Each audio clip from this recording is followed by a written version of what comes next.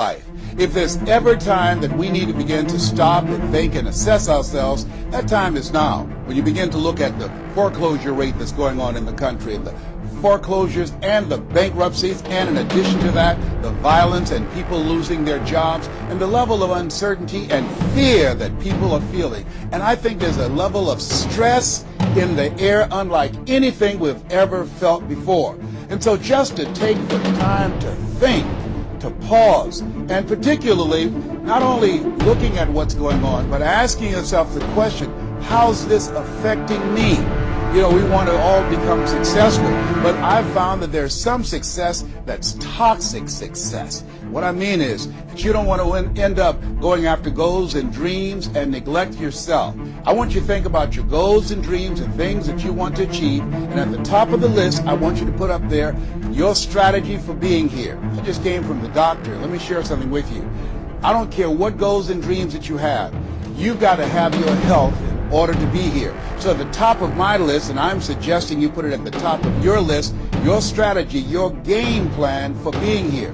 What are you going to do to take better care of yourself? That's one of the first things I want to ask you about. Because when I look at my life at 64, and I used to think people in their 50s were old, but now that I'm 64, I said, look here, people in their 80s and 90s, they're old people. My goal is to be here not only just to see my grandchildren, but to see but children, they're different today. These are different type of people up in here. You don't know what this generation might do. Now, I know they say, Darren, we love you, but I really, really want to stay in good shape and take care of myself, because I don't want to be around the house and my kids saying, look here, who's going to take care of him today? All he's doing is sitting around talking to himself, talking about, yes, I can, and yes, I will, talking out of his head. No, I don't want that kind of party for me. My goal and objective is to die young at an old age. So I have a game plan. I don't like to eat vegetables all the time, but now I feel like a silly wabbit. Why? Because I realize at this stage of my life, I've got to eat more vegetables, I've got to get more rest, I've got to drink more juices, and I've got to do all of the things that make the healthy choices that will say to my body, Les, you plan to be here, I see that you're serious, so I'm going to take care of you. I do 160 push-ups every morning nonstop. Why? I couldn't do that at 15 or 20, but at this stage of my life, I've got to do those kinds of things in order to challenge my body, to stretch my body, and to indicate I plan to be here. What's your plan? What's your goal? Because if you don't have a goal for being here is not a given. When I was a kid, we used to go to funerals of old people. I can't tell you how many young people whose funerals I've gone to. I can't tell you how many.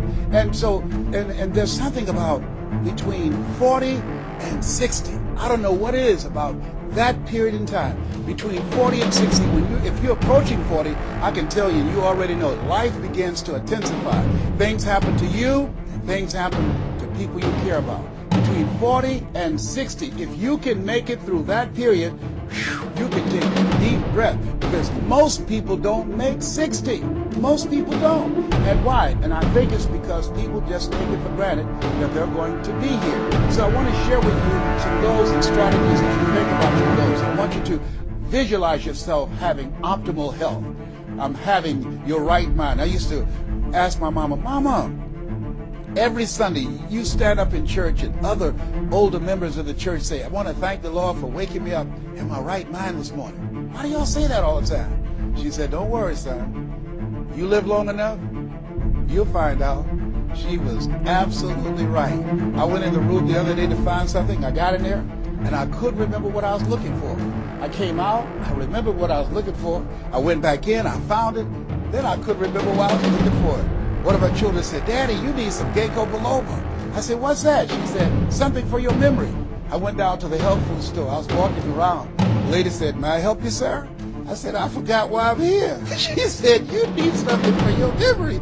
I said, I know. So they took me over to a little section, and I bought the stuff, and then I took it home. Now, I can't remember where I put it. So when I got up this morning, I said, I want to thank the Lord for waking me up in my right mind this morning. See, if you woke up in your right mind this morning, that's a good thing. I called a friend of mine the other day, Miss Williams, said, Miss Williams, how you doing? She said, baby, I'm doing good. She said, I went to the bathroom by myself, not all myself. I said, too much information, too much information. Let me tell you something, but that's a good thing. I know about that. I've been in the hospital. I know what it is not to be able to move. I know what it is to have back challenges. I know what it is to be in pain. So this thing called life, you got your health, let me share something with you. That's a good thing. A friend of mine, Bishop T.D. Jakes, said, if you got a problem man or money can solve, you ain't got no problem. I can agree with that. And I learned some things going through that experience. And really, I should say, growing through that experience. My goal at that time was to be here. Trust me, it's better be seen than to be viewed.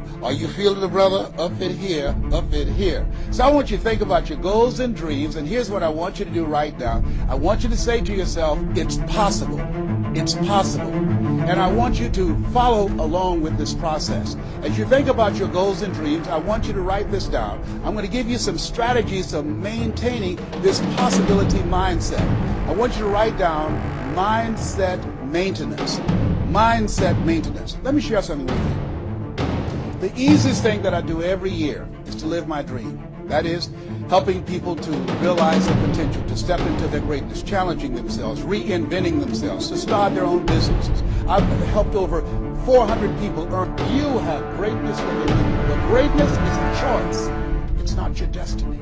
It's a choice that you have to make every day. Choose ye this day whom ye shall serve. The mediocre part of yourself or the greatness that you were chosen for. This has been Mrs. Mamie Brown's baby boy.